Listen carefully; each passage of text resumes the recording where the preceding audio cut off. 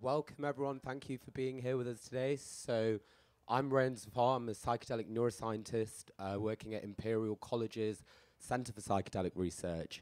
I'm joined today on my right-hand side by colleagues from Imperial, neuroscientists, and on the left from UCL. Today's talk is going to really dive into, I'd say, the last 10 years of research, which saw a resurrection of psychedelics in mainstream medicine, in clinical research, brain research. We're going to go through kind of chronologically some of the earlier findings, what we know, what we think we know, and what we want to find out in the future. But I think I want to kick off by saying that psychedelic research is one of the most booming areas of medical research at the moment. In fact, we have more psychedelic research now than we ever have. Many of you may know that this was catalyzed in the 50s and 60s with a lot of research with LSD and some small amounts of research with psilocybin. It was called indocybin at the time. And this was banned in 1971. And it was banned because people were using it and there was a lot of political stigma, moral fear surrounding the substance. And that essentially quelled all psychedelic research for around 50 years. It was astonishing. It's actually one of the largest censorships in scientific research that we think has ever happened. And it's probably led to innumerable amounts of suffering because what we know now about psychedelics is they do hold true potential. And I say the word potential and promise because we have to be careful as scientists to make sure that when we talk about psychedelics, we do it in a way which reflects the current evidence. And that's sort of what we'll be exploring today. So I'm going to kick off by asking each of the panelists to quickly introduce themselves, and then we'll jump straight in. And if you do have any questions, as I mentioned, we've got 30 minutes at the end. So I'll start with the UCL corner. So Bex, can you introduce yourself for me? Hi guys, my name is Bex Harding. I'm a PhD student at UCL. Greg and I are working on the Unity project where we're administering the drug DMT both in healthy and subclinical populations. We're using neuroimaging to explore the effects and how it works in the brain. Greg? Yeah, this one. Hi.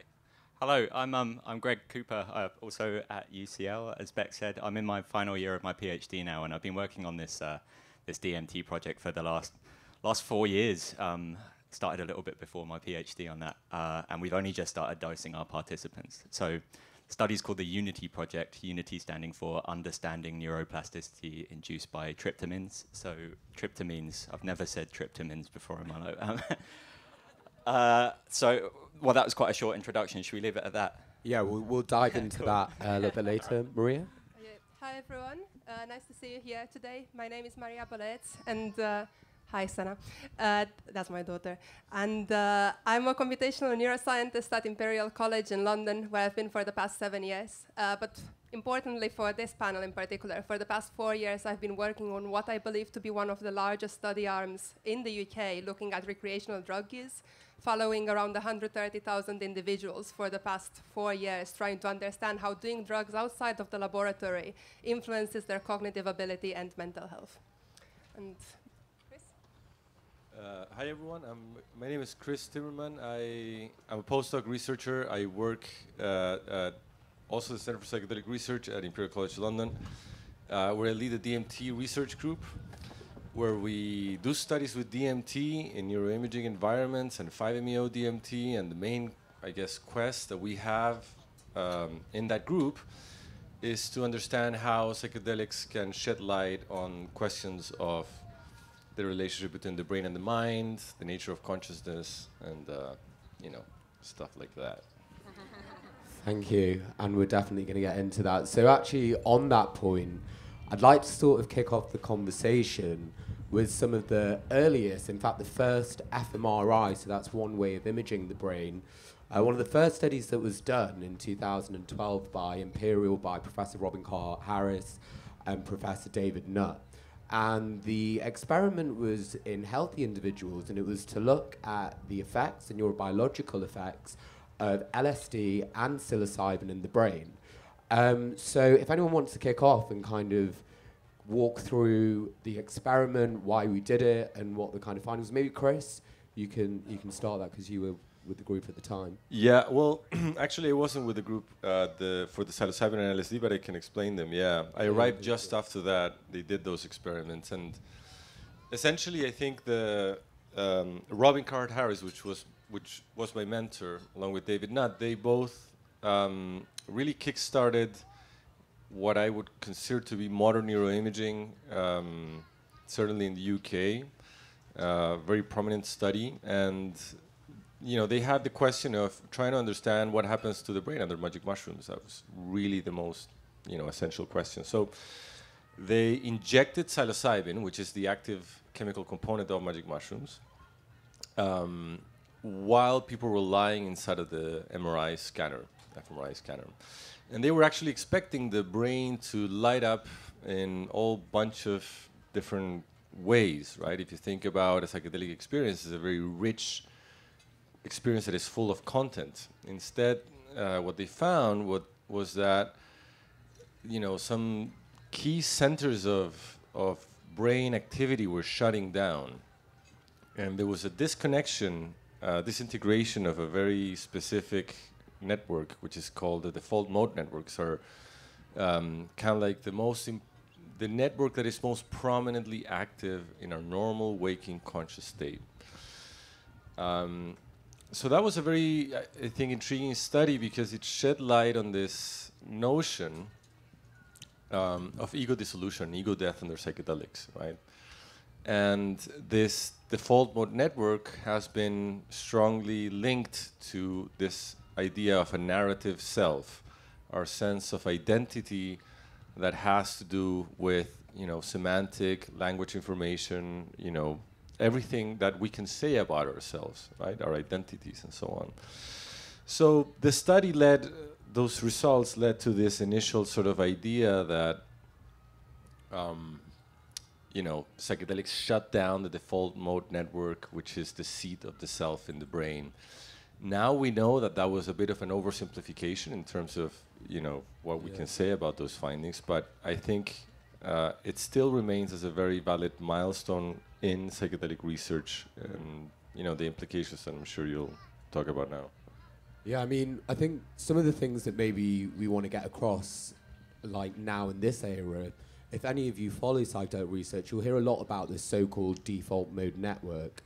And there's a lot of, I'd say, oversimplification of actually what these brain networks really mean in a tangible sense related to behavior. And so I was wondering maybe if any of the UCL team could maybe break down what it is that we say the default mode network is, what people kind of misinterpret it to be. Often journalists, unfortunately, really have issues with kind of oversimplifying it. And we talk about this self-referential network, but really, what does it really do, the default mode network?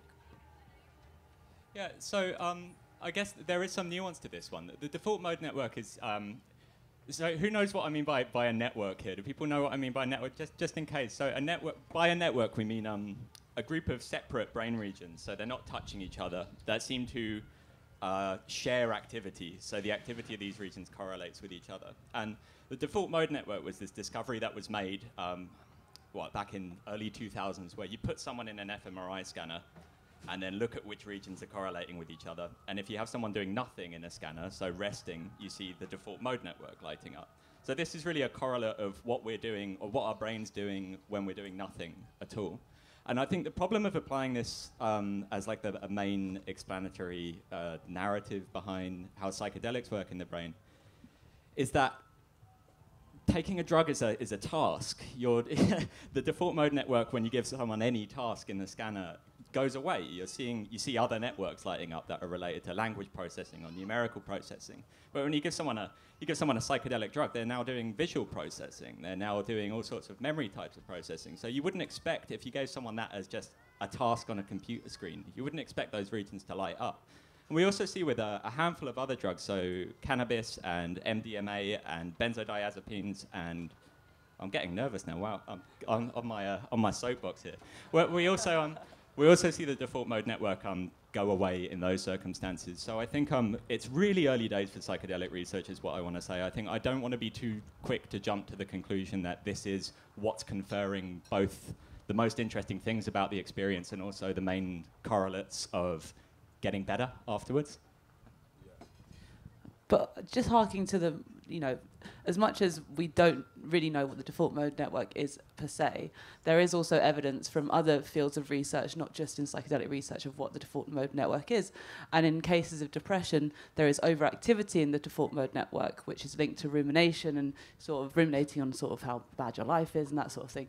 And in this early clinical trial with psilocybin at Imperial, it was seen with psilocybin that there was reductions in the default mode network, which indicated that it might be good for treating depression where there's an overactivity. And that sort of led to the more recent clinical trials. And it really did launch this sort of renaissance with psychedelics in a more clinical context. So I think as much as the default mode network is debatable, that insight did also launch a lot more research into the clinical uses. Yeah, and I think in sort of defense of the default mode, so known sort of treatments such as antidepressants, sleep deprivation, electroconvulsive therapy, even the placebo effect are known to decrease activity in the default mode network, which leads to the antidepressant effect. So we know that at least this network is important in psychiatry, but it's not just depression. Like, we know the default mode network is involved in other psychiatric disorders, in addiction, in OCD, in eating disorders, and things that we are now beginning to characterize as internalizing psychiatric disorders that are kind of rooted in this ruminative thinking, these negative thought biases, which are characteristic of many mental health problems and psychiatric disorders. And that's possibly one of the reasons why psilocybin therapy, psychedelic therapy, has what we call transdiagnostic efficacy. So it works across these indications. But sort of going to the clinical effects, I think maybe Chris or Maria, could you maybe describe some of the clinical research that kind of followed some of the earlier brain imaging with psilocybin, sort of the main findings with the depression trial? If any of you two want to kick off with that. I guess I can speak a bit about that. What followed afterwards, at least for Imperial College, this was also a study run by Robin Carhart-Harris and his team at the time before he moved over to San Francisco. Was a clinical trial trying to see whether psychedelics do indeed lessen symptoms of depression in people who have been depressed and treatment resistant for a very long time. So they've tried a variety of different avenues in order to treat their condition, and none of them have been successful. And what they did at that time, this was run, I think, around the year 2020, so quite recently, and it's been published 2 years ago, was to try to compare the effects of psilocybin, the active compound in magic mushrooms, with those of escitalopram. And for people who might not be familiar with escitalopram, this is an SSRI, a serotonergic reuptake inhibitor, and it's actually one of the first lines of treatments that's being given from the NHS when people present themselves to their general practitioners with symptoms of depression, when therapy might not be available straight away, which is quite often. And what my colleagues have noticed with this study at that time was that indeed both psilocybin and the SSRI escitalopram did manage to decrease the symptoms of depression in those participants. But what was very interesting was not only that they had similar magnitudes of decrease in their depressive symptoms, but with psilocybin it only necessitated, they did receive 2 administrations, but after the first one the effect was already very pronounced. Whereas with SSRIs, it's something that you have to take on a daily basis, and the side effects of that are often very unpleasant, and they also take quite a long time until they begin to work properly and people start tolerating them better. So it did suggest that psilocybin might be something that's very potentially important in treating depression, and maybe we'll see it coming to the NHS, I don't know. Yeah, so well, we can jump into that translation of these results, because that's really what's going to be defining sort of the next part of this decade. So on top of the research that we did, there was the largest trial published by a company called Compass Pathways, which sort of validated the work that Robin did, which showed this enduring effect of psilocybin therapy. So a single dose, 25 milligrams, which we think is around 4 or 5 grams of dried mushroom, so a proper trip. In treatment-resistant depression, it found that 25% of people 3 months after went into remission. And that might not seem like a lot, and I think it's important to state that this isn't a panacea. But treatment-resistant depression, by definition, means that those people aren't responding to any treatment. And actually, there's 100 million people in the world with that condition. So even if 25 million of them are being recovered, you can imagine the benefit that brings globally, socioeconomically, to public health systems. It really is making a difference. And now, outside of that very high end of treatment-resistant depression, there's research being done in major depressive disorder, which is not as clinically severe, but we're starting to see, you know, similar effects in terms of rapid onset of clinical therapeutic effects and this enduring effect. Some patients seem to have, you know, after just one trip with a therapist, you know, remission up to 6 months, but others don't. And I don't know whether we could maybe Chris, you could maybe go into maybe some of the new research as to how we're trying to look at responders versus non-responders, whether we can even try and find brain correlates to that, or even maybe you could talk about, is there a brain correlate to the clinical effects of psilocybin therapy in depression? Have we found any neurophysiological effects? Oh, yeah. Well, a couple of things I think that come to mind. One is the difference of the people that respond versus that they don't respond with psilocybin. I think one of the things that has come up is that, at least partially, and this doesn't apply to everyone, but the people who were previously on an antidepressant medication before having the psychedelic treatment, it seemed that they didn't respond as well as those who had never taken an antidepressant. So there seems to be something about somehow the psychedelic competing with that previous treatment, or that previous treatment in a way blunting the possibilities of how the psychedelic might act in the brain. And this is kind of like an intuition that has been around in psychiatry for a while, that if you're on SSRIs or antidepressant medication, you know, the psychedelic drug, medicine, whatever you want to call it, kind of competes with those same receptors. And so that effect might be a bit blunted. That's one possibility. Or the other possibility is that that history of taking the antidepressant medication somehow generates a stronger resistance for the system to have that experience. This is not to knock down antidepressant medication. Antidepressant medication can work for a lot of people, certainly stabilize mood in many cases that need that stabilization. But yeah, I mean, I think it's reasonable to suggest that a completely new drug treatment will help in that regard. And when it comes to the, you know, what's happening to the brain after this therapy, I think one of the most prominent early findings of this that still has to be replicated is around how after the psychedelic treatment, and especially those who really get better after the psychedelic treatment, we found that the brain becomes more fluid, more integrated, less modular. So the idea of modularity in the brain is the one that, you know, as we go about life and we engage with the environment and our lives and so on, our brains kind of compartmentalize. They develop modules according to the different needs that the environment and our lives present to us. This is what you would call a modular brain. So you would have a modular, you know, area or systems that relate to when we think about ourselves, like the default mode network system, or another modular area related to how we engage with tasks, complicated decision making, and so on. These modules kind of break down, it seems, or they become more fluid after the psychedelic treatment. And it seems like it's this strong rigidity or crystallization that happens in depression that seems to be particularly effective to break down with the psychedelic treatment. Can I just make a quick comment on the Compass trial that you mentioned before? So you mentioned that the largest trial with psilocybin that's been done to date in a treatment-resistant depression population.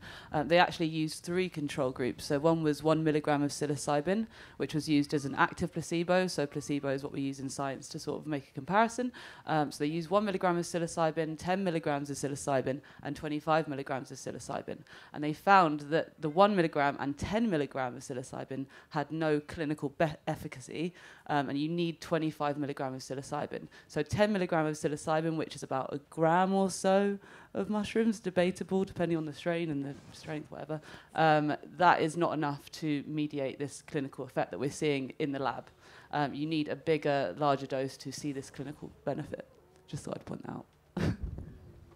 So I just wanted to jump in, but before we move on, I think this question that you asked originally about why some people respond and why some people don't really gets right to the heart of what I find so interesting about psychedelics, which is these overlapping what we call mechanisms of action. So that's basically like how these drugs work, how they change people. And so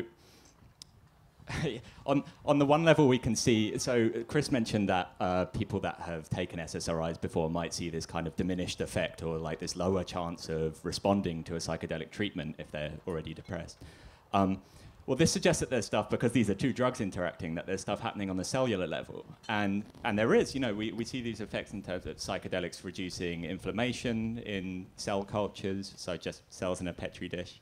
And we also see these effects of psychedelics, well, everyone's heard of neuroplasticity, right? So on the cellular level, that means creating new connections between neurons.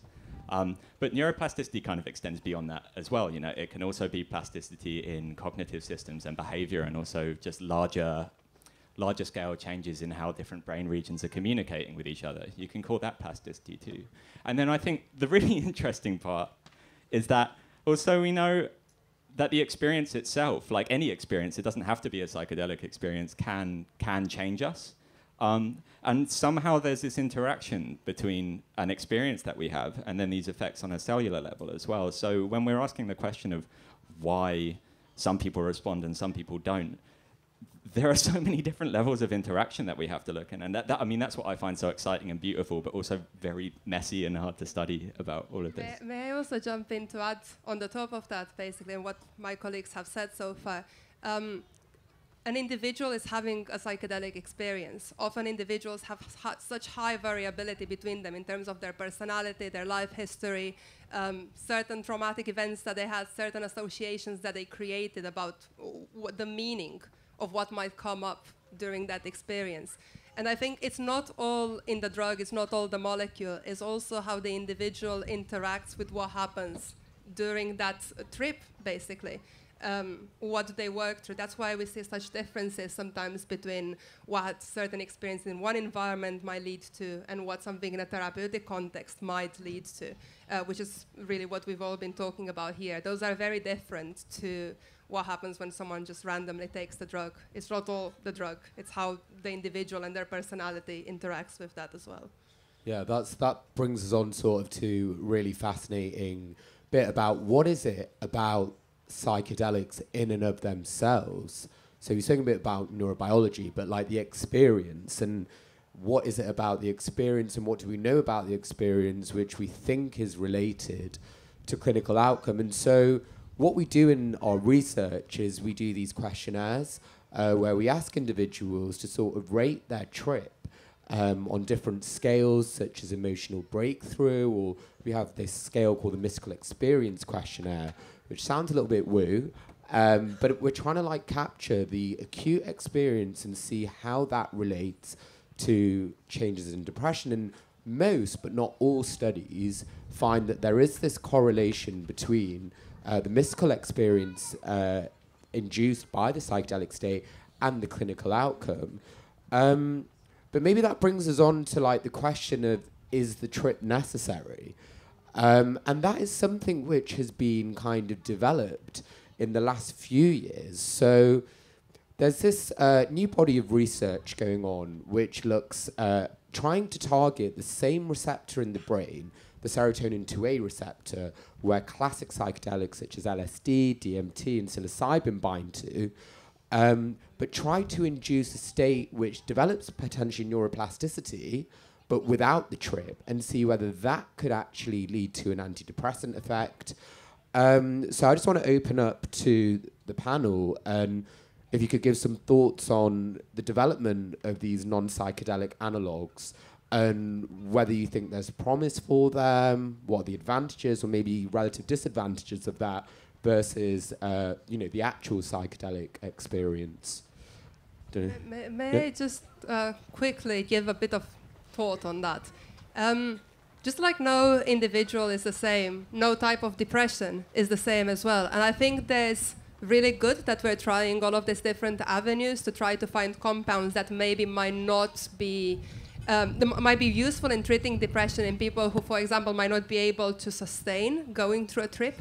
Like if someone has additional neurological or psychiatric conditions that really prevent them from potentially being able to have a pleasant or positive experience with a psychedelic, that would be a very, very good thing to try.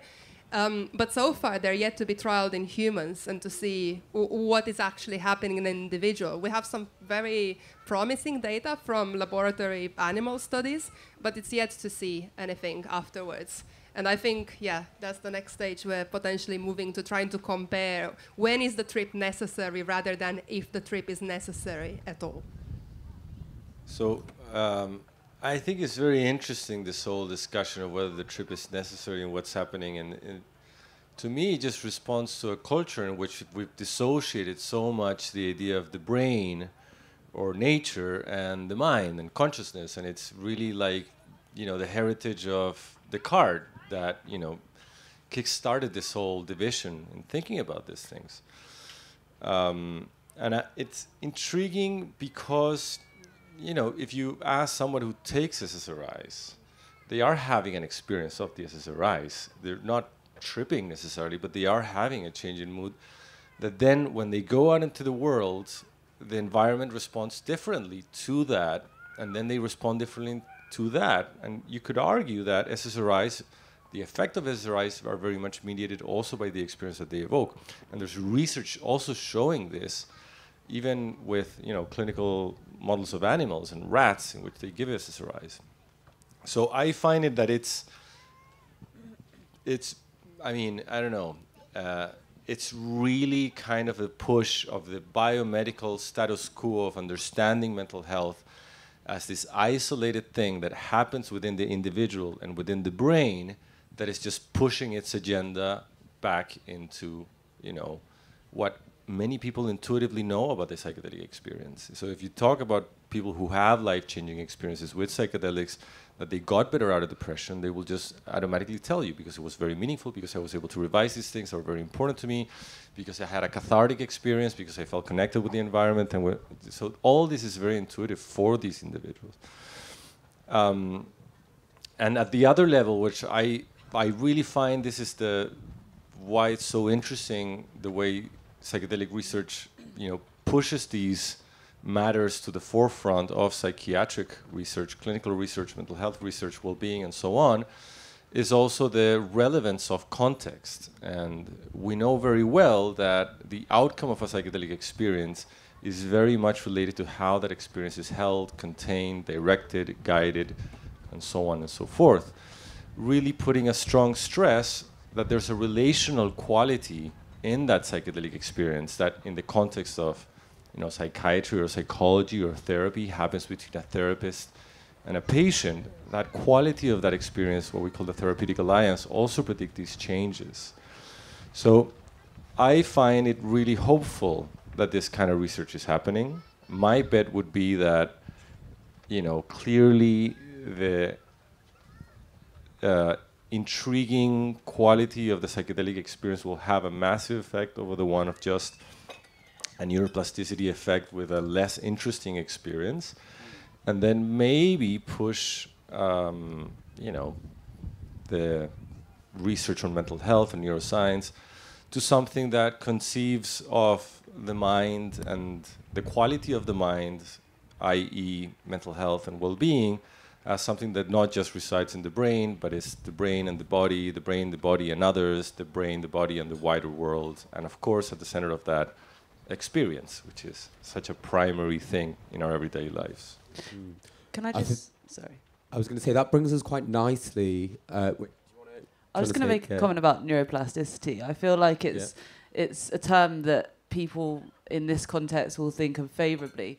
But neuroplasticity isn't always a good thing, and it's not necessarily just for mental health. You know, neuroplasticity is a process in which you learn new things, like when you're learning a language or an instrument. But it's also how mental health disorders actually can develop. Like if you take cocaine and you become addicted to it, it's because there's been neuroplasticity. It's because there's been a growth of connections which has created this addiction, for example. So I think it's just important to think and remember that neuroplasticity isn't always a good thing. And you know, it's way too simplified to assume that, you know, psychedelics increase neuroplasticity and that's how it works in improving mental health. Yeah, I think in a nutshell, neuroplasticity is just a state where change can happen.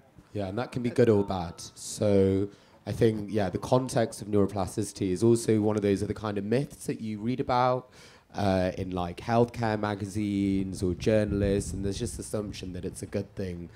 But it's also why set and setting is so important, because you're in such a plastic state in the psychedelic experience, and you're so sensitive to it. And that's the last thing I have to say on plasticity. So we spoke a little bit about psilocybin, research that's been going on over the last decade, and then we've also talked about these non-psychedelic analogues. But there is also this kind of third way, and that's short-acting psychedelics, which is a favourite of our panellists here today. And that's DMT. So DMT is a short-acting psychedelic, and I don't know who wants to kick off. So maybe Chris. Chris has actually pioneered a lot of the research really into DMT, the effects of DMT in the brain, doing the first kind of modern-day brain, multimodal brain imaging scans as well. So Chris, if you can kind of give us all a bit of an introduction to your work with DMT, that'd be great. Yeah, so for those of you who are not very aware, DMT stands for N,N-dimethyltryptamine. It's a naturally occurring psychedelic drug that can be found in many plants, and it can even be found, according to some research, in the human body at very minuscule amount. DMT is also part of the ayahuasca brew, which I guess many of you know about or are familiar with at an intimate level. And it can also be smoked. And when it's taken in ayahuasca and it hits hard, or when people smoke it, it's kind of unusual among psychedelics because it generates this immersive experience in which the ordinary world that we usually experience goes away and instead is replaced by this, what is usually described as alternate dimensions, sometimes inhabited by sentient presences or beings.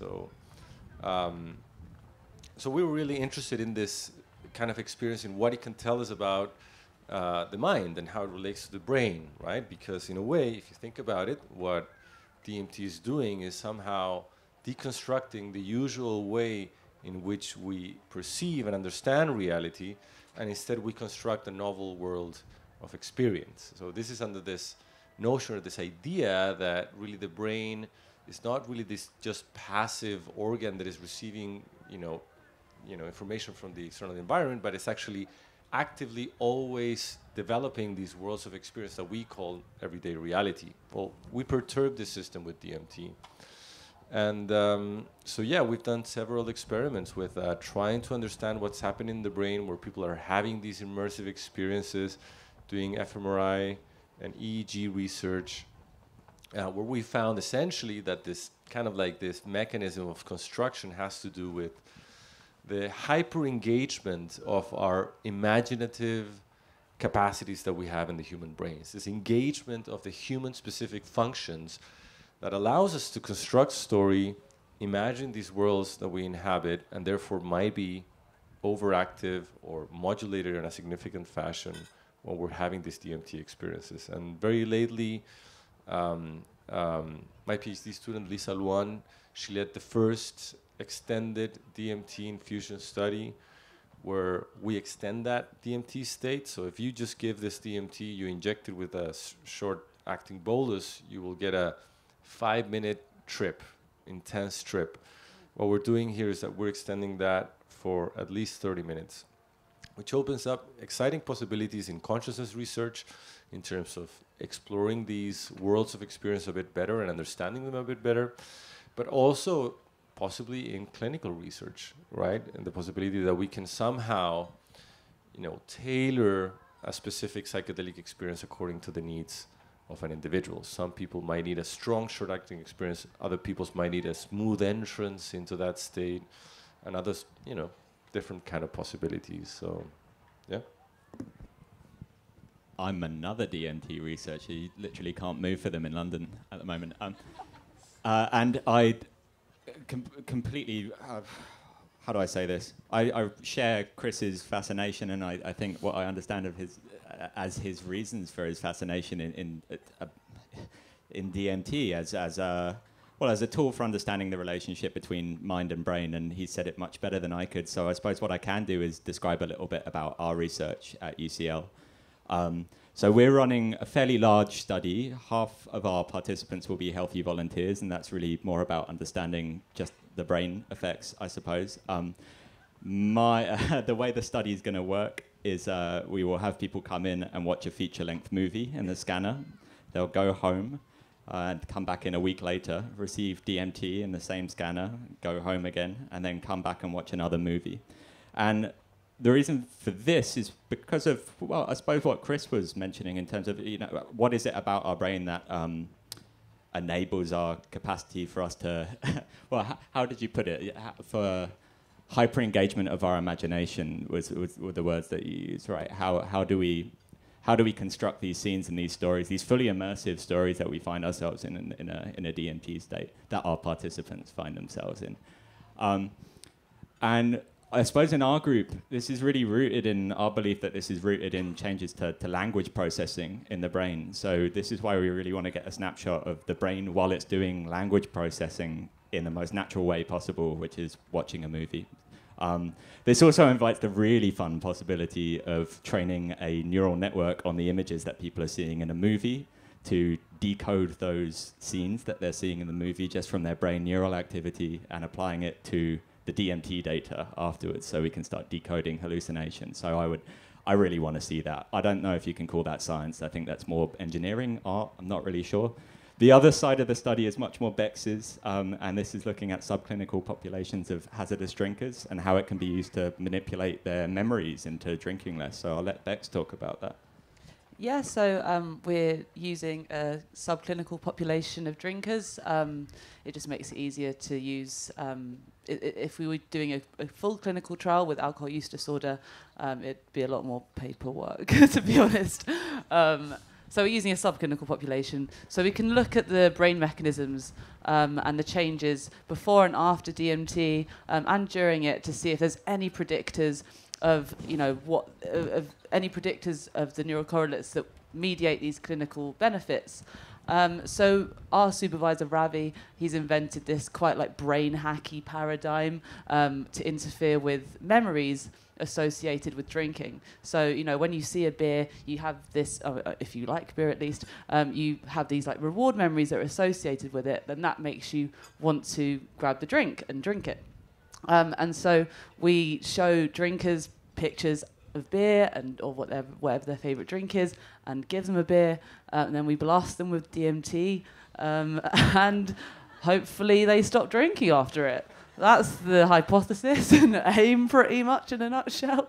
But yeah, I think it's, there's not been really much research done with DMT looking at its clinical sort of potential based on the neural correlates. There's been clinical research done with DMT, like there's a company called Small Pharma, and they've recently completed a successful phase 2 trial with treatment-resistant depression, showing that DMT is beneficial for treating depression. I don't know how it compares to psilocybin, but with similar efficacy. And that opens a really sort of interesting debate of like, do you need the full, 4 to 6 hour length of a psilocybin experience to have that clinical benefit, or can you just go in your lunch break, get a 20-minute hit of DMT and be fine, Don't they call it the businessman's trick? Exactly. So it's a really interesting, and that also that gives us so many more questions of like, you know, do you need this, you know, insight into your personal life and your problems that you might gain in the length of the psilocybin trip to sort of have that benefit, or is it just the neuroplasticity, or is it like, what is it that's actually And I guess the key kind of question is about scalability. So we're now entering a phase where, you know, we are entering the final stages of research with psilocybin, so what we call phase 3 clinical trials, and they're predicted to finish in about 2025, 2026, and potential rollout in 2027 is what currently people think. And if you think about the lack of resources we currently have in the NHS and mental health services, and the burden of mental disorders which are growing exponentially every year, then we really are faced with the problem of how we're going to be able to deliver these treatments in, you know, a system that isn't constructive to delivering it. So having 2 clinicians maybe in a treatment room for 6 hours is a lot of money. It does cost a lot of money. It takes a lot of time and training. But perhaps with a drug like DMT, and Chris said that, you know, from the research he's done, you can change the timings. So maybe a 30-minute trip might be beneficial. But you can imagine you can get more patients in a clinical room per day if you do DMT therapy than you do with psilocybin therapy. And that's also why LSD therapy, which is 12 hours, we don't really see that much of that, because clinically it may be just a bit too long if we can still get the same effect. So that's an open question, I think, that's still going to be explored. Yeah. So I also would really love to know something from Maria about the kind of trends in DMT use at the moment. I know like a lot of people are using it not in clinical settings at all. I think obviously the vast majority of people are using it not in clinical settings, and I'd really like how are people using it? Where do we get it from? How can I find some? No. You can cook it in your kitchen with basically a huge variety of plants that go on the street corner if you have some basic chemistry kit. But I can't say in public exactly how. But what can you tell us about the DMT research you found in the public? Well, so I think I'm in minority here as not being a DMT-focused researcher. I'm an... you really can't move around in London without them. I'm an all drugs researcher with a particular focus on psychedelics, because those are the ones that I find the most fascinating out of them all, and potentially the most promising for so many different things to do with human nature. One of the things that I would say with DMT is that it's actually not the most common choice of drug that people make.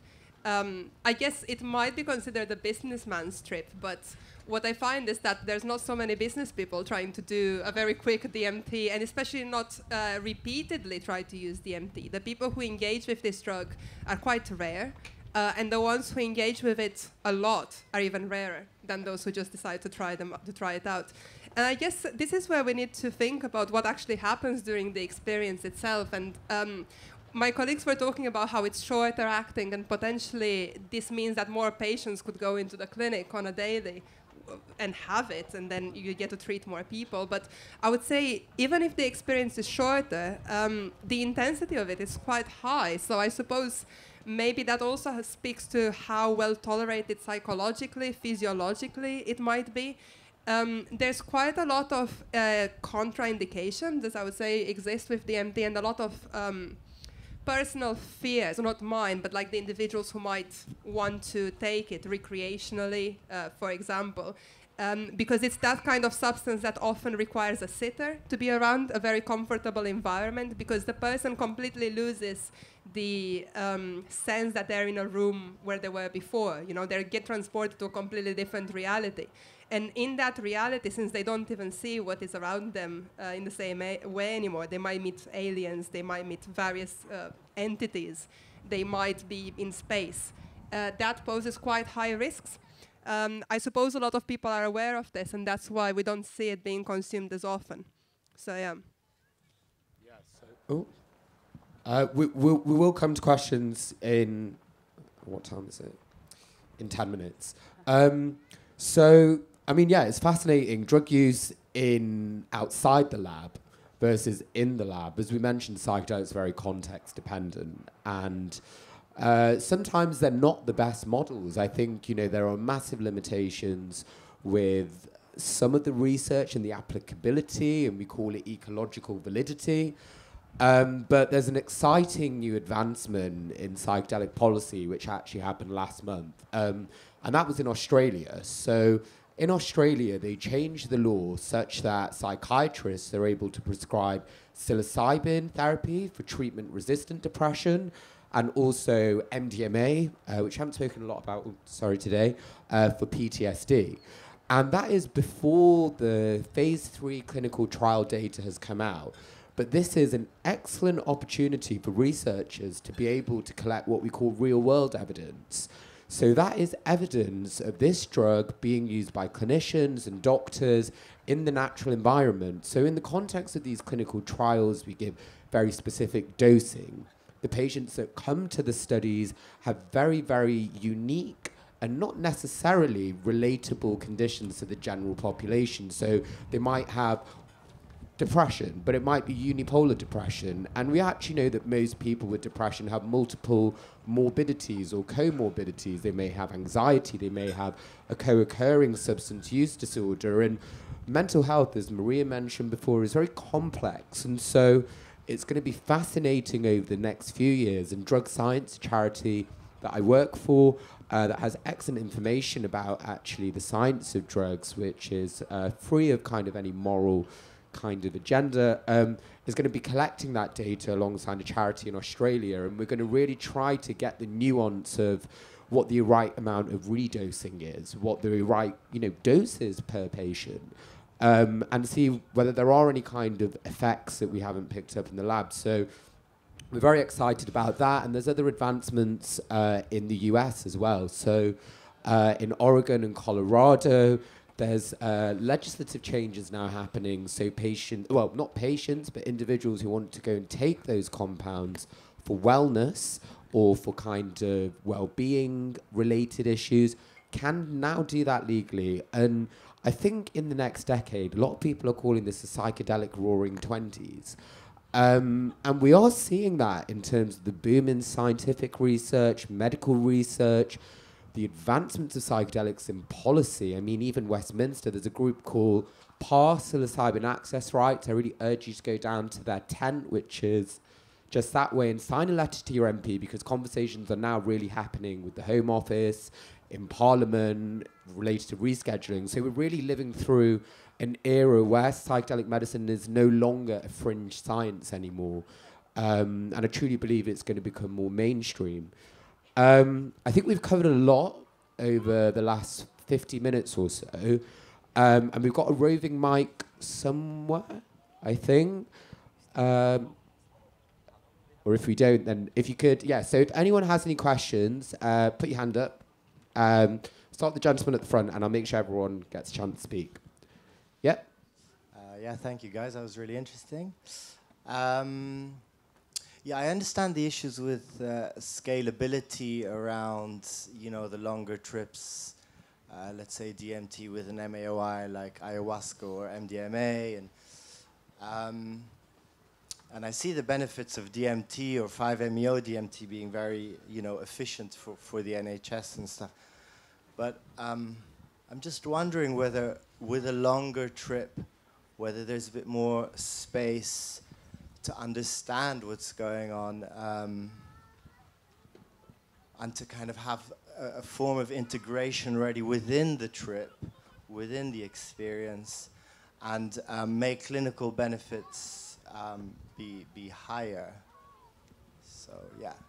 Yeah, I just want to, I think that intuition is very much correct in the sense that, again, if we take the experience to be an important mediator of clinical outcomes, then it would make sense that a longer experience would, or a sufficiently long experience would allow for these, you know, life-changing insights to occur. Now, the contrary sort of argument to that would be, well, the intensity of 5-MeO DMT in which you experience maybe your own death in such a massive way that you learn to let go of all these different things, could also provide that sort of benefit. And I think that there's emerging intuitions around that the intensity of it might also carry some forms of psychological risks, especially with 5-MeO-DMT, which induces such a strong experience that if the individual is not really ready for that, or doesn't have a strong cultural and relational container for that, that although there might be some form of, short-term relief of certain symptoms and, aspects of depression, it can also lead to additional forms of issues, especially with 5-MeO-DMT. And, I don't want to put it in so pathological terms, but, inklings of delusional thinking or troubling what they call reactivation sometimes, where people just re-experience the 5-MeO-DMT experiences, and all general challenges of integration. So I think even if it's short-acting, the intensity of that experience also carries with it some degree of cost. And I don't know if, we have developed those containers to hold these kind of like very massive experiences.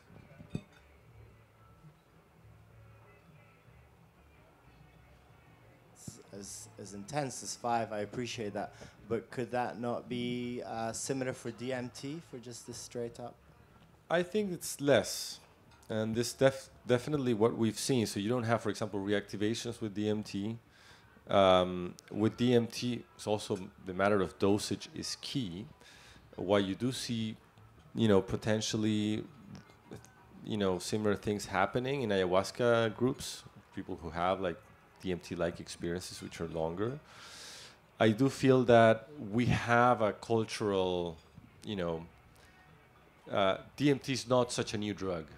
And in the West, we have developed stories and narratives that hold these experiences a bit more when you compare it with something like 5-MeO-DMT, for which we have almost no cultural prior context. And I think that this is the key difference. So I just wanted to add to that a little bit, because I feel I have conflicting opinions about it, really. I think just on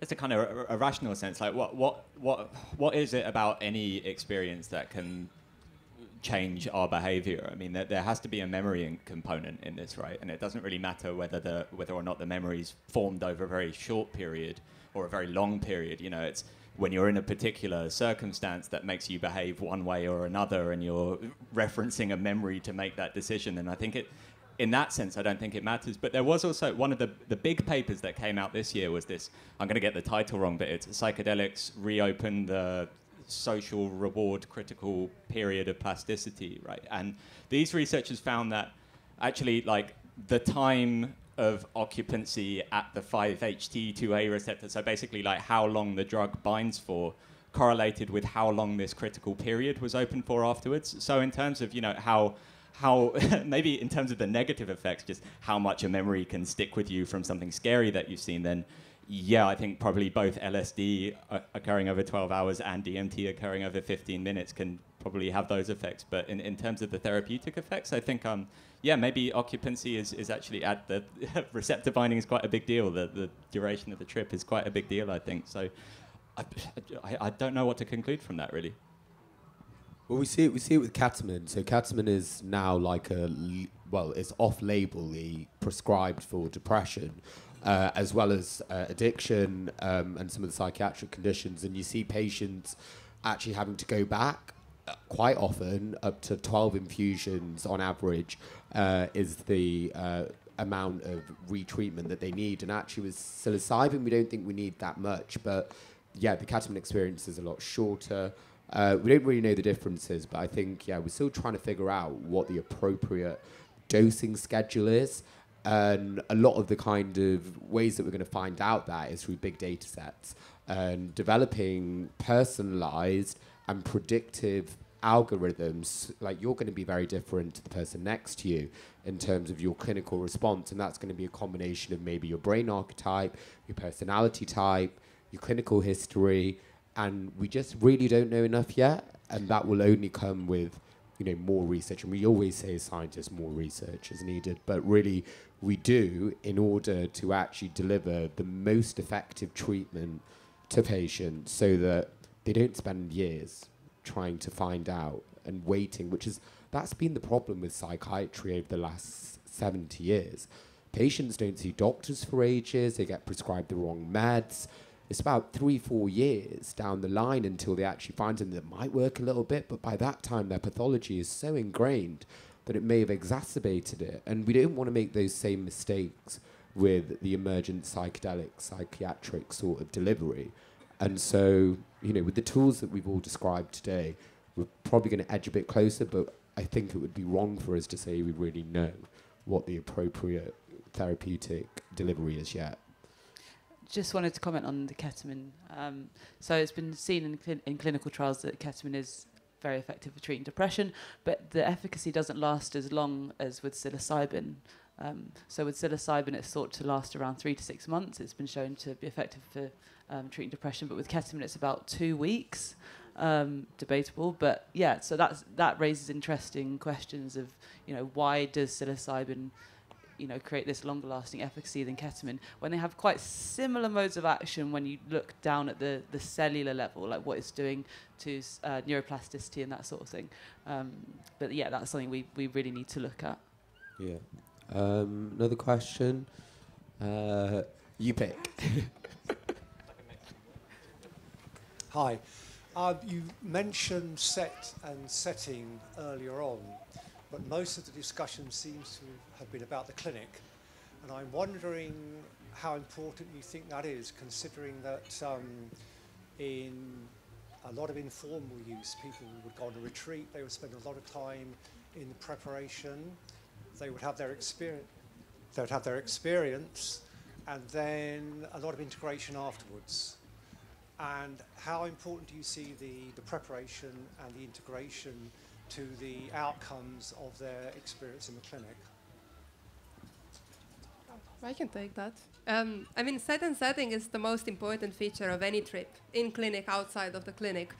Being comfortable with the people around is one of the most important things. Being in an environment where you feel safe, where, you know, you are just comfortable to experience what's yet to come in the psychedelic trip. I guess that's one of the reasons why I think the psychedelic treatments work in clinic, the supportive set and setting that is paired with the drug itself that puts the person in this neuroplastic state. For a lot of these individuals, as I've mentioned, they were treatment resistant, nothing really worked for them, and a lot of them may not have had that level of support during such an intimate kind of experience before. So it's really the combination between this very, very supportive environment and the drug itself. It's very important. But obviously the work doesn't stop there. It matters how the person enters the trip, like what sort of mindset they built around it before. There's quite a lot of discussion at the moment in the scientific community about this expectancy, and especially due to the hype that we've seen in media, whether it's just the fact that people expect the trip to work, whether that plays any role in the outcomes afterwards. But very often, and in most cases, people need prolonged periods of times afterwards where they keep revisiting what they've experienced, talking things through. That's what integration is. And I think that's really, really important, to be integrated in a sort of medicalized model that's being formalized in many ways at the moment. Yeah. Yeah, and just sort of on that, there are communities now that have come out. So one of them is called PsyPan, so that's Psychedelics Participant Advisory Network. And that came from two individuals that took part in Imperial and King's College trials. And they've developed this community for patients that have gone through clinical trials. And the aim is to kind of harness this, it's kind of demedicalized, I guess, community-based care and practice, quite similar to what you see with AA or NA. And it's about patients being given the autonomy to take their, aftercare into their own hands. And it's actually a new form, a new way of delivering community-based mental health care. And it's a new concept. And I think personally it is going to work because we have to have some form of decentralization and more community-based input if mental health systems are to work. Because right now, as we mentioned, there is a chronic overburden. And actually taking that autonomy in your own recovery might actually be beneficial, and actually being a shepherd and passing on that message to other participants in the aftermath and the integration is maybe healing in some way for some people. So yeah, I think it'll be really interesting. So if you're interested in looking at them, they're called Saipan, a very good charity.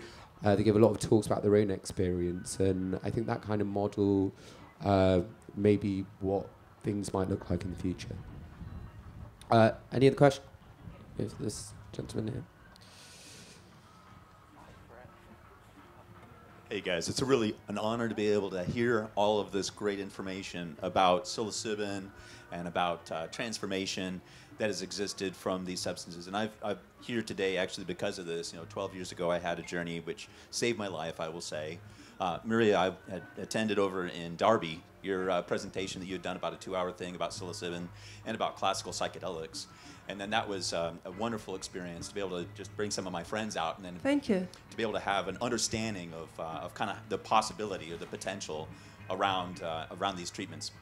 And I just wanted to only convey some thinking that you had, Chris, like about, well, what is the, in kind of a general thing that we've been discussing, I think, what is the nature of the duration of the 5-HT2A receptor, if that is being, that's obviously a very significant component from my experience. I will say empirically that's what I've experienced as being like a major transformative effect. And a parallel that I like to draw, perhaps, as you described, well, the risks of 5-MeO-DMT, and then the risks that there could be like some resurgence and some other after effects from that. Well, we can parallel that maybe like to things like electricity. Like you can get a lot more energy if you up the voltage. Maybe that's 5-MeO-DMT, Or consider it like with cooking. You want to cook something, you want it to be just beautifully done. If you, if you sear the living hell out of that thing, it's going to end up some crispy, and it's not really done like you want it to be, really. But if you do give it a slow cook, it takes more time, right? But maybe it's psilocybin with a 5-hour, maybe some LSD with a longer time, has that possibility to have a more lasting and a safer neurological effect. So we can get some parallels, like watering a garden. You can deluge, and you can get the water onto the plants, but then the plants might get washed away or something. But meanwhile, if you just give a nice slow trickle over time, as nature does with rain, that's a nice, like, natural way to be. And that's what psilocybin has done. Like, Kalindi went off on the deep trips, maybe, but yeah, that's like slow trickle, and I appreciate it. I just wanted to draw that parallel and see what you might have thinking about that, perhaps. Yeah, well, thank you for that. That was beautiful. Really appreciate that. And I think continuing with your analogy of the plants, for me, this is a way of cultivating the mind. Like, if we think about, like, not just people who have a psychiatric condition and get better out of the psychedelic treatment, but maybe people who don't necessarily have a psychiatric condition and use psychedelics as an existential practice. I think in both cases, what we're talking about is a form of cultivation, and that requires time, care, and attention from not necessarily just one individual, but possibly many individuals.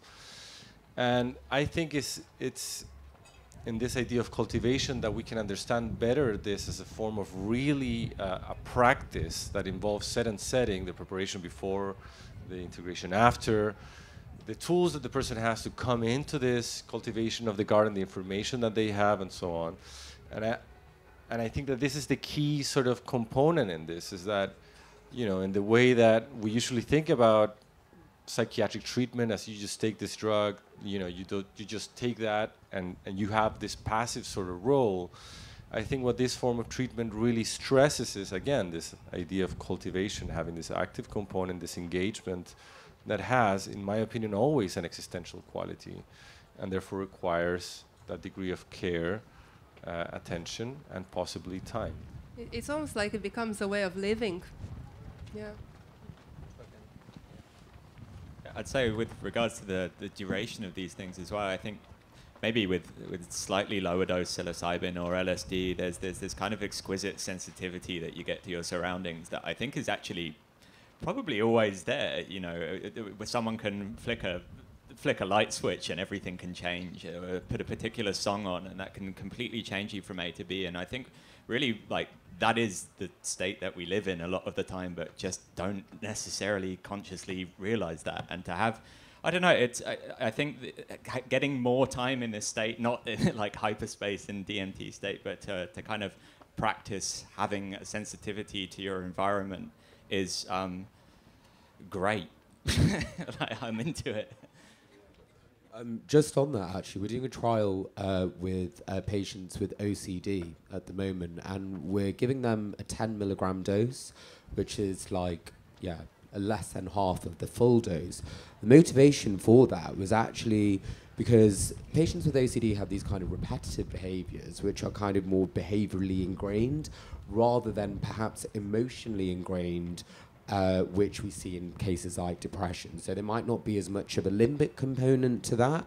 And so we think maybe actually by recalibrating sort of more the cognitive cyclical processes involved in OCD can actually be remediated by having a 10 milligram dose. And actually OCD is about control, and a lot of the patients were like, we don't want to lose complete control. That would even scare us, maybe make us feel more unsafe.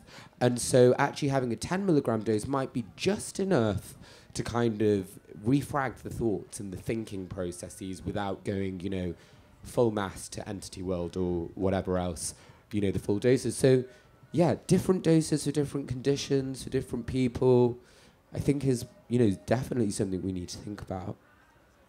Thank you. Folks, so much. I appreciate it. You too, thank you. The lady in the back, middle, back. Thank you. I just wanted to ask about the contraindications with SSRIs and psilocybin. I know that there's a big one with ayahuasca and DMT because of serotonin syndrome. Just like to understand a little bit more about that. And then with psilocybin, I think you mentioned someone who's had SSRIs for a long time, that the psilocybin can actually be numbed a little bit because the same receptors are being used. I guess there's a few questions there. The main one is there a contraindication besides the fact that the psilocybin doesn't work as strongly with someone who's currently taking SSRIs, and someone that it could still be beneficial to someone while they're on the medication, side by side? Yeah, I mean, I can comment a little bit on this from some of the work that we've done. So actually, the largest trial, one of the biggest studies that have been done in it was done by a pharma company, and they found that actually maintaining on SSRIs doesn't seem to change the clinical effect. But what we found in our study was when you taper, as in take people off the medication, that reduces the effect even if they have the same level of mystical experience in the trip.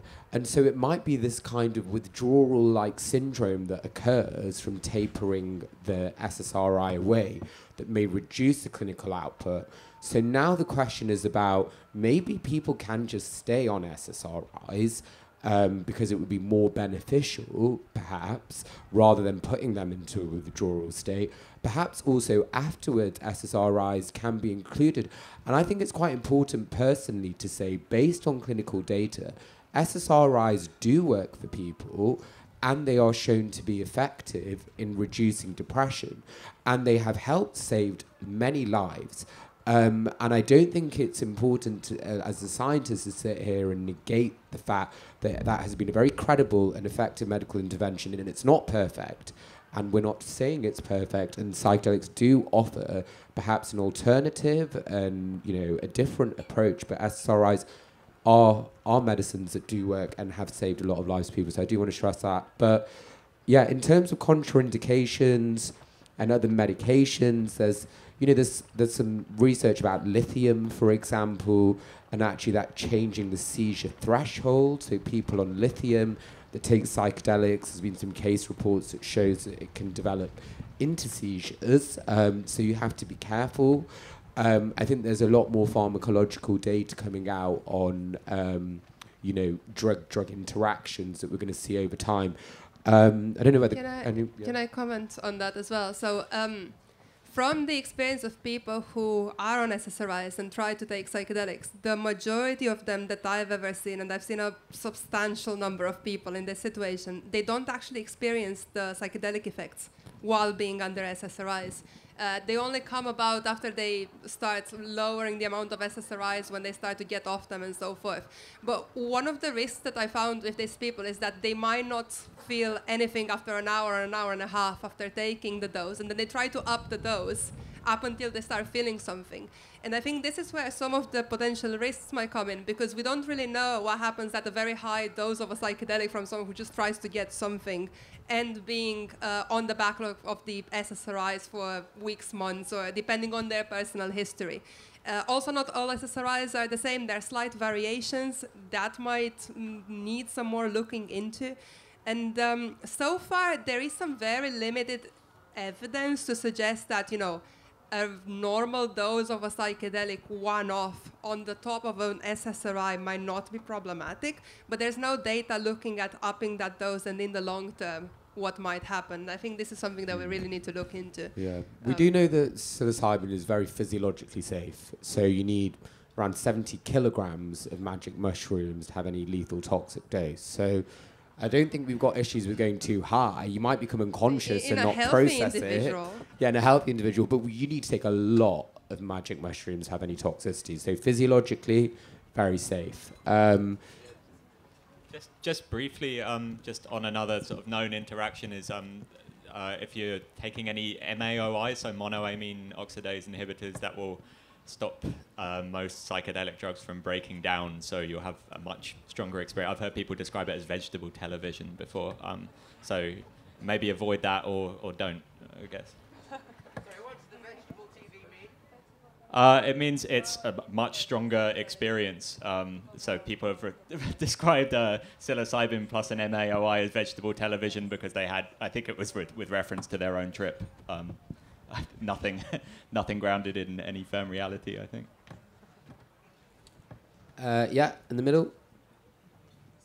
I was intrigued by a phrase you used earlier that I've heard quite a lot, and I'd like to unpack it and ask what each of you might mean by this. You used the word moral agenda, as though we should avoid it, avoiding moral agenda.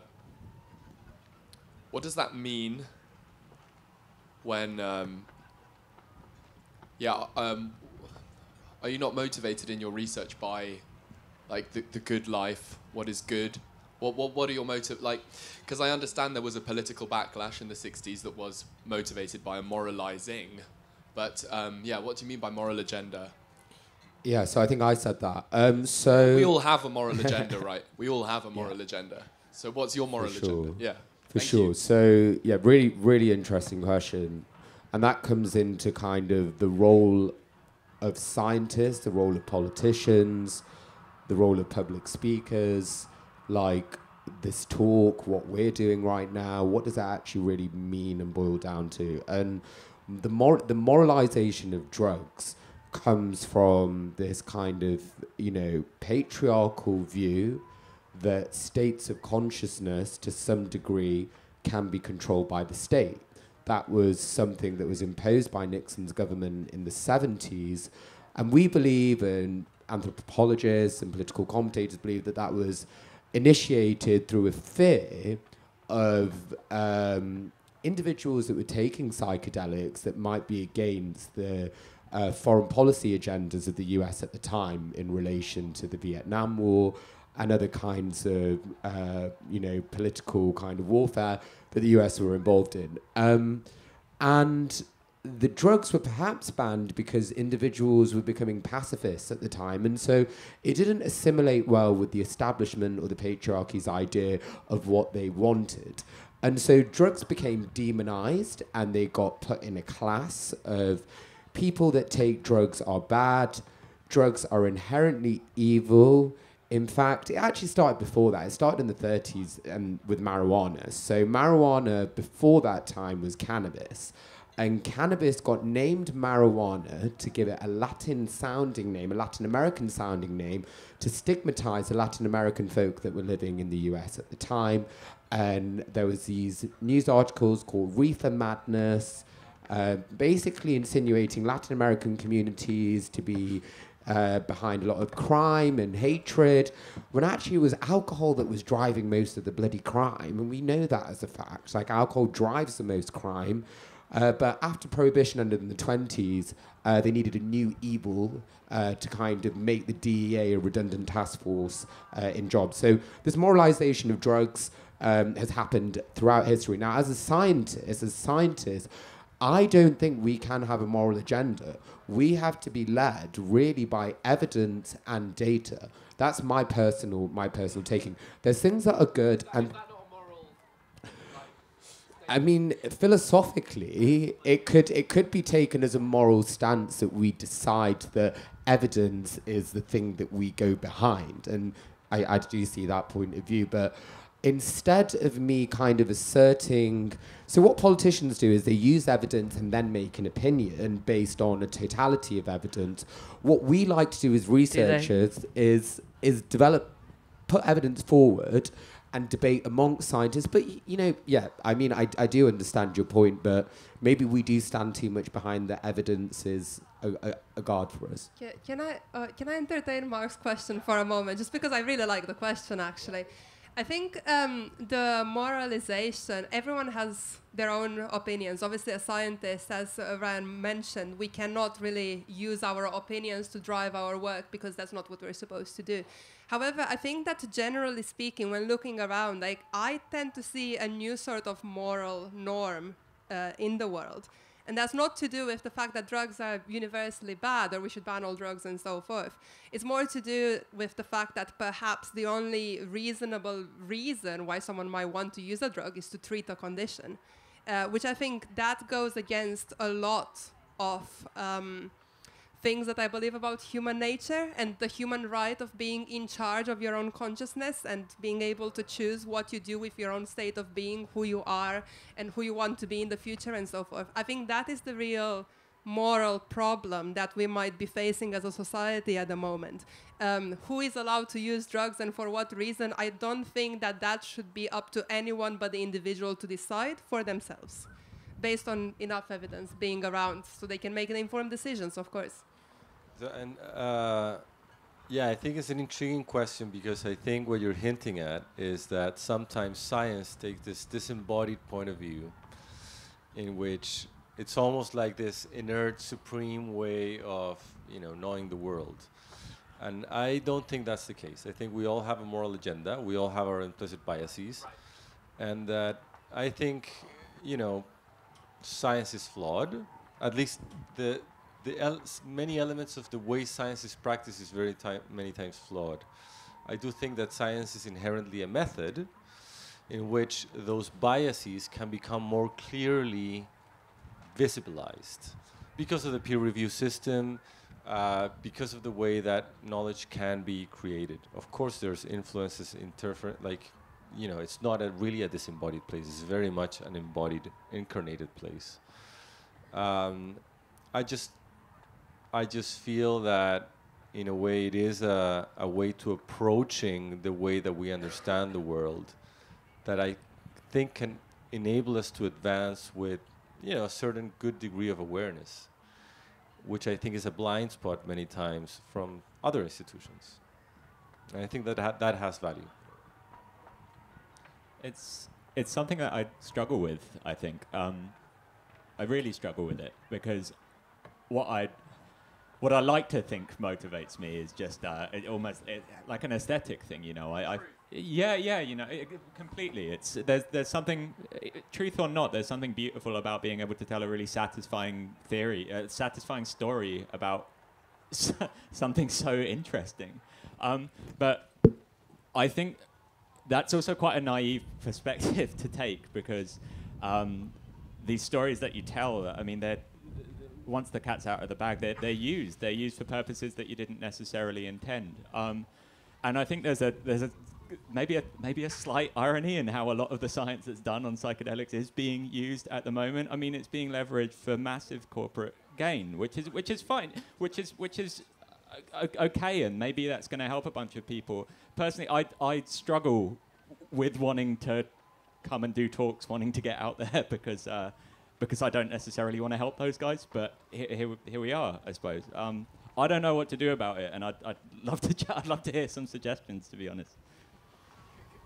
Isn't the medicalization of the human condition, birth and death itself, essentially a moral statement to some extent? Saying that you need to be in a certain place to be born, or to die, or to find God. Yeah. Yeah, that's a problem. We shouldn't have it. I mean, yeah, the last thing I want to see is, I feel like a lot of psychiatric treatment, well, a lot of the DSM-5 at least, a lot of how we put people in different categories based on constellations of symptoms is about, well, the treatments for them are kind of about repairing productivity in a sense. You know, this really isn't my wheelhouse, you know, like, I really shouldn't be speaking about this so much. Like they use psychedelics for heterosexualization therapy, right? Because Wow. What? Yeah, Stan Grof, actually. Believe it or not, it's in his book. Homosexuality was considered a pathology of the DSM. So again, that's a moral statement, and it's hiding under the guise of this falsifiable positivism, but actually it's not. It's an opinion. I guess with psychedelics, a lot of people can feel like them being such a powerful tool, they should be controlled in one way or another. This is what we've seen with the prohibition before, and in ways or another that might emerge at the moment. And again, I'm mentioning what I think I'm seeing, which is this push for, if it's within a medicalized model, it's okay. If not, it's dangerous, and there's not much information at the moment for that. But I'm optimistic that we are all going to be kind of focusing on the individuals, providing harm reduction resources, providing education to the masses, and eventually accept psychedelics as being something that any individual might just want to partake in. Because it's just, you know, one of the multitude of avenues of exploring consciousness that we have in society. Just like we allow people to do paragliding and bungee jumping and so forth. They're such an interesting toy, aren't they? I mean, some people want to study them, some people want to sell them, some people want to take them to enhance productivity, some people want to meet God. I mean, would you recommend jumping out of a plane to anyone? No, but you would allow some individuals who have read about it and like did a bit of training to explore something that's varying degrees of danger depending where you do it, who with, and so forth. But you wouldn't completely prohibit it. You would give all of the guidelines to ensure safety. Why wouldn't we give psychedelics a space in society in the same way? Yeah, I completely agree. But I do think that by sort of looking at psychedelics through this medical model has allowed us to do this research after 40 years of nothing, because the system that we live in, unfortunately, is this capitalist bullshit. And it is the only way that this was, you know, the imaging study in 2012 at Imperial that showed that there was this reduction in the default mode network activity that facilitated more research because it allowed us to get a grant to do this. And the government do not want to give us money. Imperial were just awarded the second grant that's been given to psychedelic research since the 60s. The first one was the MRC grant, which was for the treatment-resistant depression trial, and the second one, Rayyan was awarded with the Imperial team, David Nutt and David Arizzo, for the gambling addiction trial that will be upcoming soon. So it's so hard to fund this research, and if we just kind of like try and shove it into the medical model, it allows us to do that. But obviously, like we, you know, I think a lot of us in this field... I completely agree with you on this, and it's the reason why the research was allowed to start to begin with, putting it through this framework. But I think it's about the honesty that we have going forwards into that's not the only way. 100%. Of course, but there is a multi-tiered system that can evolve out of this. It doesn't have to be one or the other, because medical diagnoses do exist, and if we work in psychiatry, and there are people that really need medical help, okay, that is a fact. Mental health covers everyone. In fact, most people, 70% of people in any given year experience symptoms of anxiety and depression, but they don't have a diagnosis. And to get a diagnosis, and working closely with psychiatrists for the last 4 or 5 years, you see the difference between somebody who's struggling which we all do and all have done, versus somebody who's genuinely treatment-resistant depression or, you know, severely addicted, those individuals need a medical system and they need some kind of oversight from somebody who has clinical expertise, and that model works for them. But there are a lot of people that don't fit into that model. In fact, most of the population don't have a psychiatric disorder. Most people experience times when they do need a little bit of help outside that model, and what's going on in the wellness space is absolutely important and is evolving, and it's happening in Oregon and Colorado, the Netherlands, and it will probably happen here at some point too. And I think we do need to start looking into that at the same time, and not just choose one. I don't think it's absolutely about not choose one or the other. Yeah. It's like coexistence of a variety of ways that might work for different people. Absolutely. And you don't. And you don't need to have depression or addiction problems for psychedelics to improve your well-being and, you know, your quality of life. And it's a shame that, you know, the system doesn't recognize psychedelics as having that potential. It has to be this, like, you know, unless you're pathologically depressed, that you can have access to. Just to briefly mention that there's a lot of applications and research in psychedelics within science which are not about the medical model. Yeah, exactly. There is plenty of evidence. Like right now, Leo Roseman is going to speak about his work in communities with Israelis and Palestinians drinking together, which is completely not related to the medical model. I do think that the equivalence of what's happening with psychedelics right now and medicalization is a mistake. It's not the full story by any means. It propels a lot of the funding, but a lot of the funding does not come exclusively from that.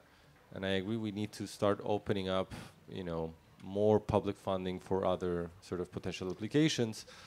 And I think it's actually inspiring in the way psychedelics, the fact that psychedelics can open up those avenues to visibilize how community can have a massive impact in well-being thought in a very general way, not as a medical issue or even from positive psychology, but just from the idea of living a good life, which also has a moral agenda, but not necessarily the same one that some people is corresponding to medicalization.